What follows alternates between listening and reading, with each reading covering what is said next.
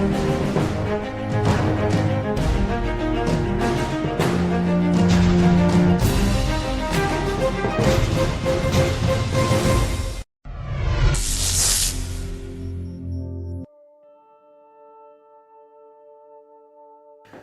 to Fringe Pop 321, the show that believes the world is stranger than we think, but thinking shouldn't be strange.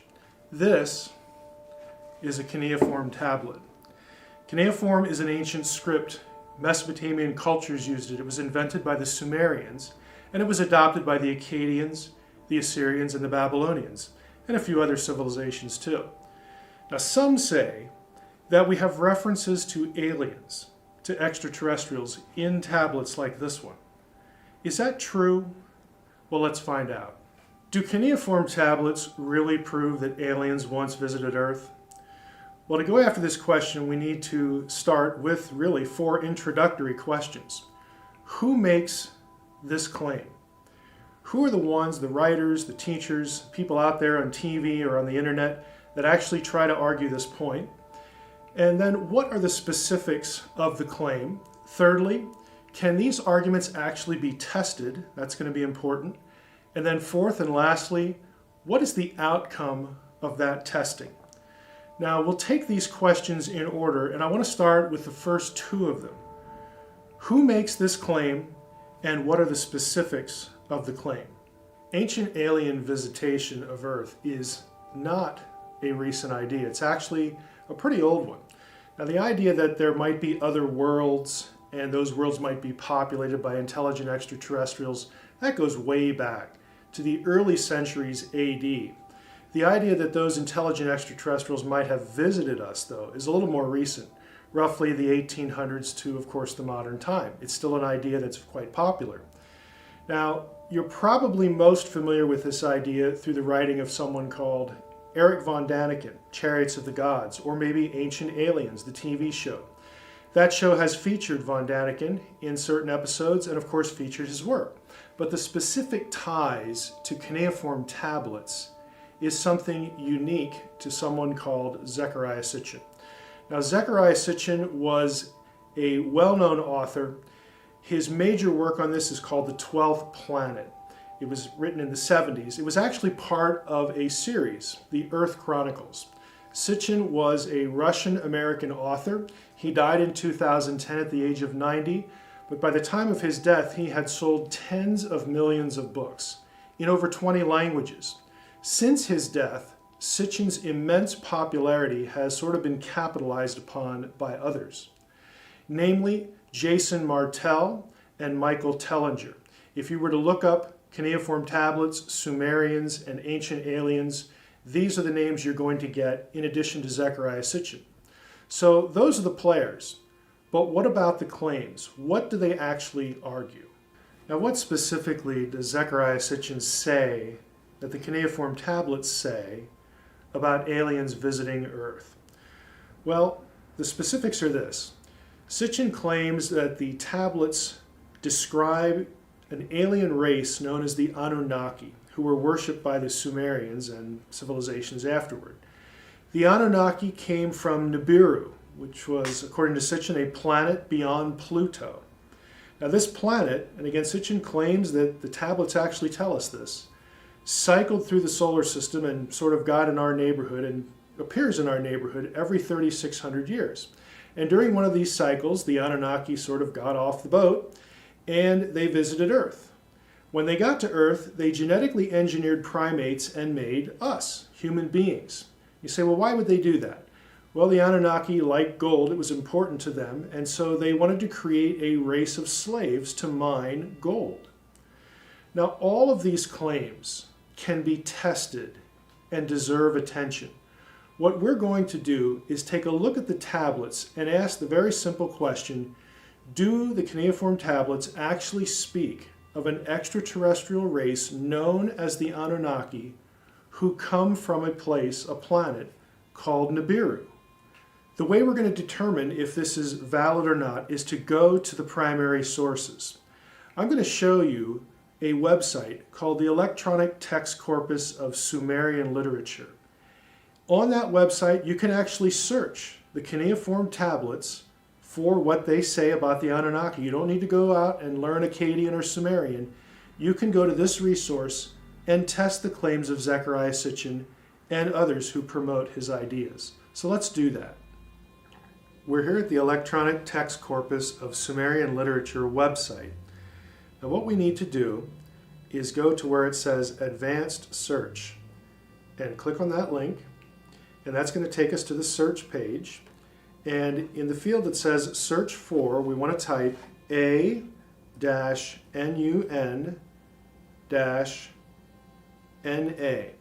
Now this is Anuna, it's not Anunnaki. Anuna is the lexical form of the word that will capture both forms of this name. Anuna, Anunnaki, same group of deities in Sumerian literature.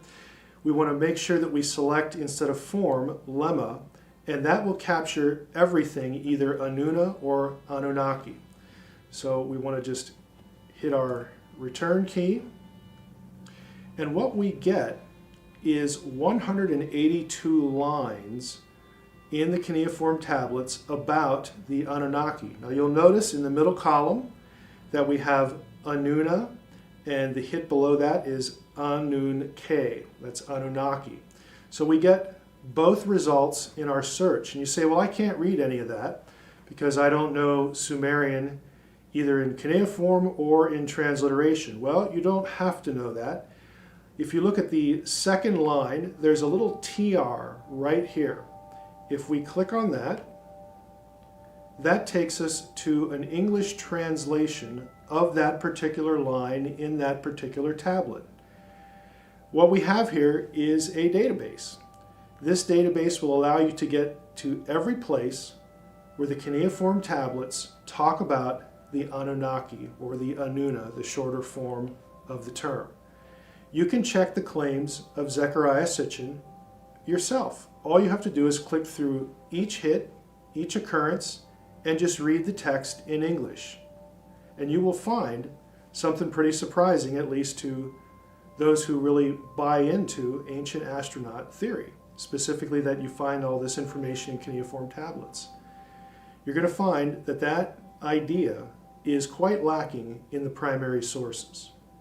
Now, I'm sure it would be a thrill, maybe at least for me, to go through all 180 lines of our search, looking at each one individually, validating what I can sort of summarize for you right here, though.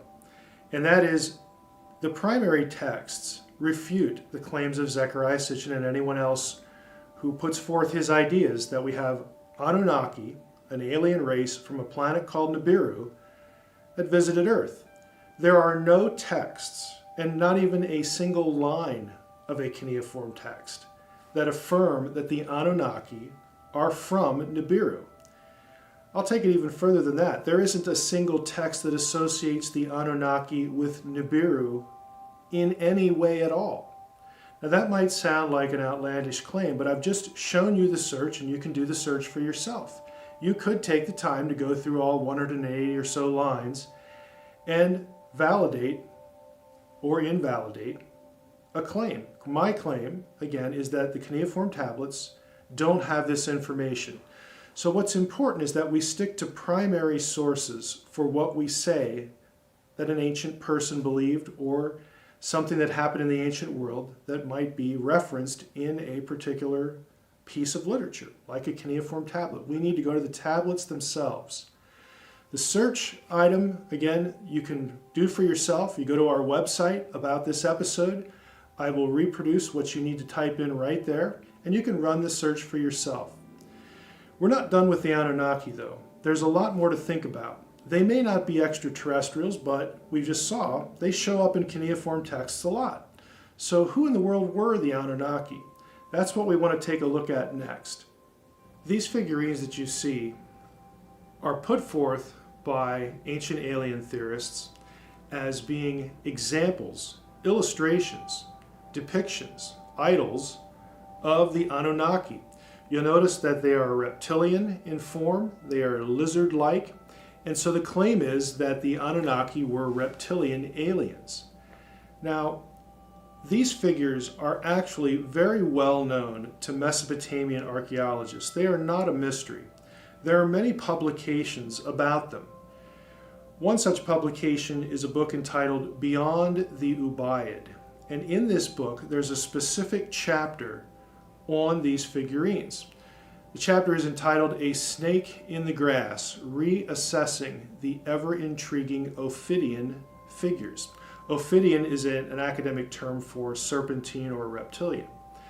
Now, I want to read a little bit of this article to see how professional Mesopotamian archaeologists who are very familiar with these figurines, what they actually say about them. 25 figurines were discovered at the site of Ur.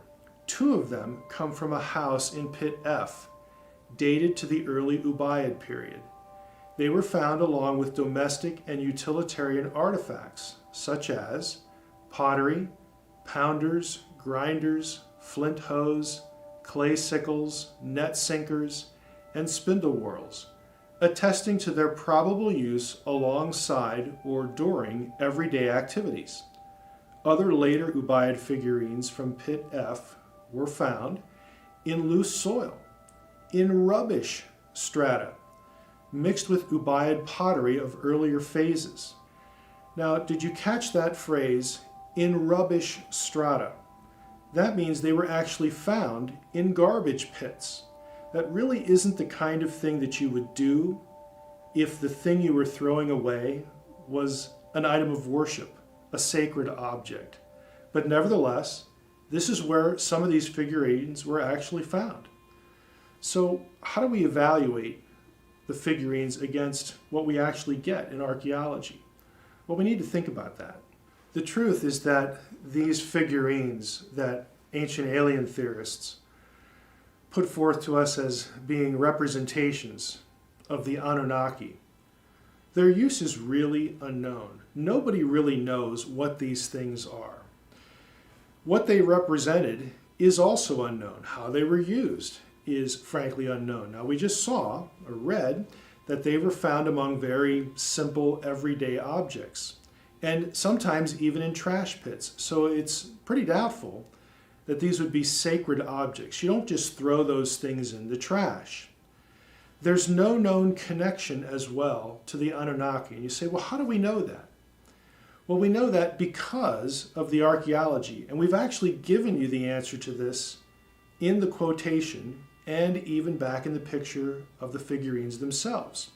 The Ubaid culture is prehistoric.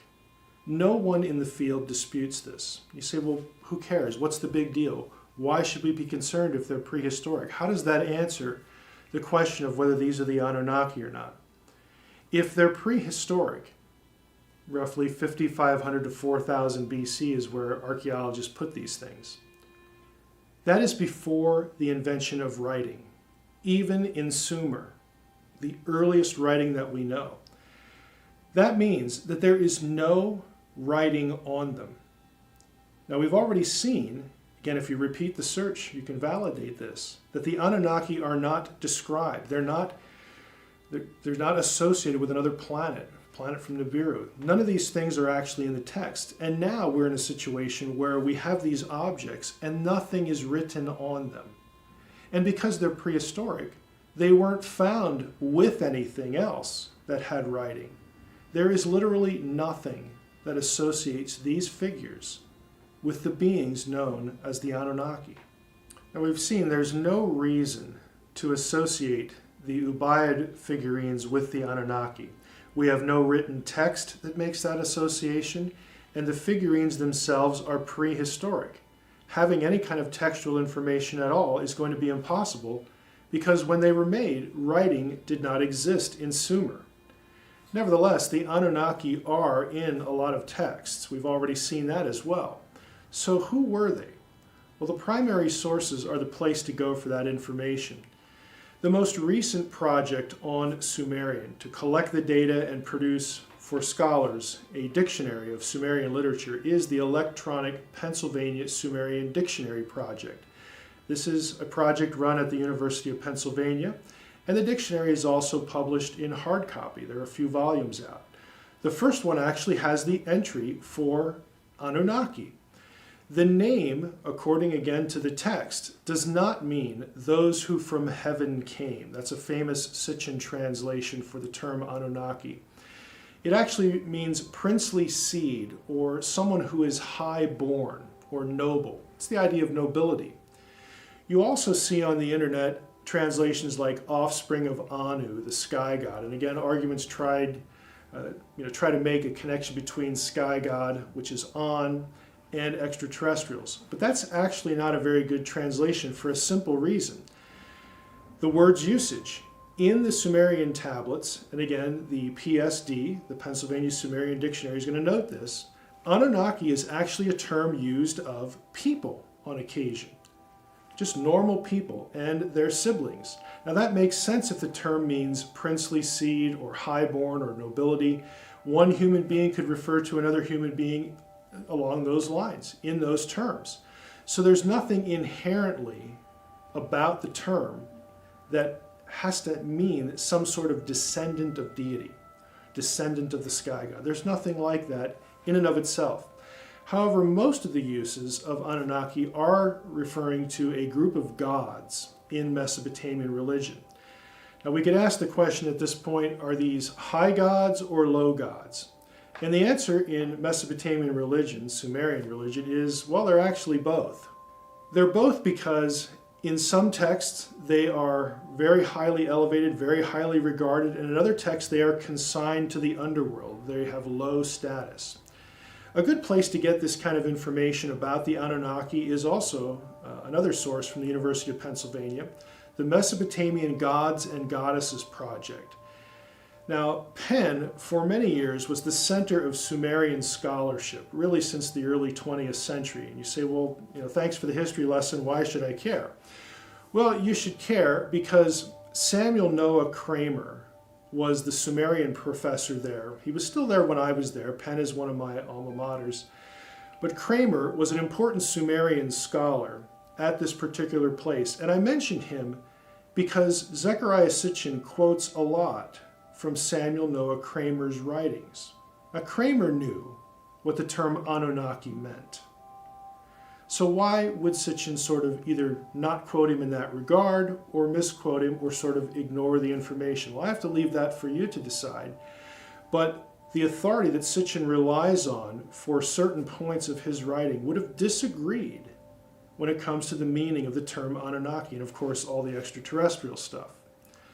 Now, finally, if you go to the Penn site, the Project on Gods and Goddesses, it will point out that there are no known artistic depictions of the Anunnaki. We know that they are not the Ubaid figurines because, again, nothing tells us that. There's no text, and they're prehistoric. There's no written material at all to associate one thing with the other. The Anunnaki are also sort of interesting because there's no known cult or sanctuary in Mesopotamian archaeology, which is quite a big field. There's no known system of worship associated with them. Now, again, we don't have all the information. There's lots that hasn't been discovered. So someone might dig up some cult center somewhere that mentions the Anunnaki. We don't know. But to date, there is no evidence that they were even worshipped. And again, if you go back to the figurines, some of them wind up in the trash heap. So what we have here is essentially, if you're going to defend the idea that these figurines are the Anunnaki, or that the Anunnaki come from Nibiru, or any of these sort of famous ideas associated with the Anunnaki by ancient alien theorists, you've got an argument from silence. There is actually no primary source data to support any of this at all. So where does this leave us? Well, we can conclude that the Anunnaki were indeed Mesopotamian gods, but their status varied. Sometimes they were depicted as high gods, other times low gods.